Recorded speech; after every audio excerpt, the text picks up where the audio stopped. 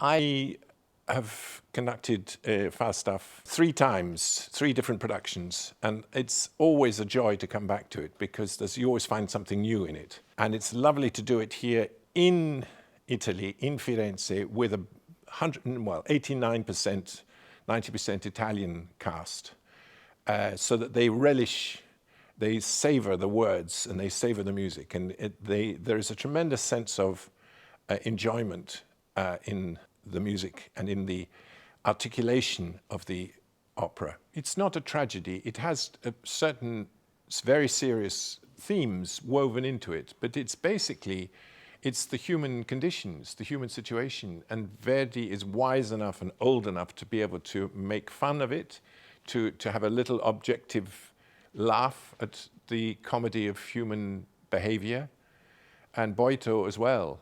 And what the two of them have done, which is so clever, is to take the very best of Shakespeare, because there's no play called Falstaff by Shakespeare. It's taken from The Merry Wives of Windsor, from Henry IV, Part 1, Part 2, from different plays, and Boito's put it all together. It's not like Otello, for instance, where there is a play, a very famous play, and Verdi set it to music. Here he's picking from different parts to round out the character of Falstaff. And it's brilliant. It's so cleverly done by Boito. It must be one of the best librettos ever. I mean, I think Boito and Verdi together are like Mozart and Da Ponte. There's this incredible synchronized way of thinking and a way of developing ideas and delineating character. It's wonderful. To me, it's all summed up by the final ensemble, which is a fugue, Tutto nel mondo il burla. And that is a wonderful summing up of the situation we find ourselves in the world at the moment after the terrible COVID situation.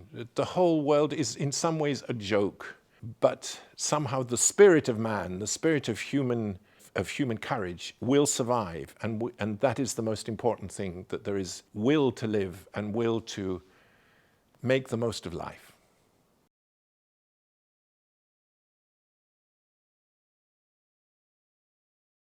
I enjoy working with this orchestra. There's some amazing artists within the orchestra, and there's a very good spirit. I mean, the last concert I did with them, which was only in October, when we played Schubert's Second Symphony and Dvorak Fifth Symphony, they played really, really with immense style and immense engagement and quality. And so I'm really looking forward to doing Falstaff with them, which is a fantastic score, because Verdi's writing for each instrument is unbelievably sharp and beautifully designed, beautifully calculated. The theatre is not a typical Italian theatre at all. It's much bigger than usual theatres. It's got a good acoustic, but it needs the audience. It needs an audience, but also so that we as performers, orchestra, chorus, soloists, can communicate with the public. It's very important that we have that contact and that there is this complicity between us as musicians and actors and the public. And I'm sure anybody who comes to Falstaff will have a lovely time, will enjoy it so much, because it is full of vitality and joy. That the whole approach to making music, live music, is become more urgent because of the shutdown, the absence of concerts, the absence of music, the absence of live audience. That was so painful, both for us as musicians and for the audience. And now to come back and to do a piece of such good nature is wonderful. So that's my novelty this time. You should not miss this opportunity to come and listen and watch Falstaff, because it'll enrich your lives, it'll entertain you, it'll inspire you, and you'll have a great time. So come.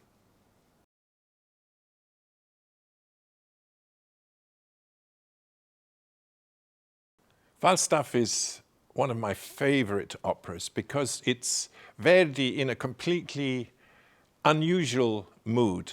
It's the only comedy that he ever wrote, and he wrote it as a very old man, and the synergy and complicity between him and Boito was fantastic. And what's so special about this opera is the fact that it never stops for arias. It's through composed. There are little arias, yes, Fenton, Nanetta, but it's basically one huge piece of dialogue or insieme of ensembles going through from the beginning to the end. And it has such a good feeling of bonhomie and vitality, and full of irony, full of comedic leg pulling the legs of the different characters. And each of the characters in his way and in her way are beautifully designed, beautifully described in music and through the fantastic text of Boito, which of course is based on Shakespeare. And it's a wonderful coming together of all the arts, the visual arts, the speaking arts, the literature arts, and the musical arts together in one masterpiece, in capolavoro.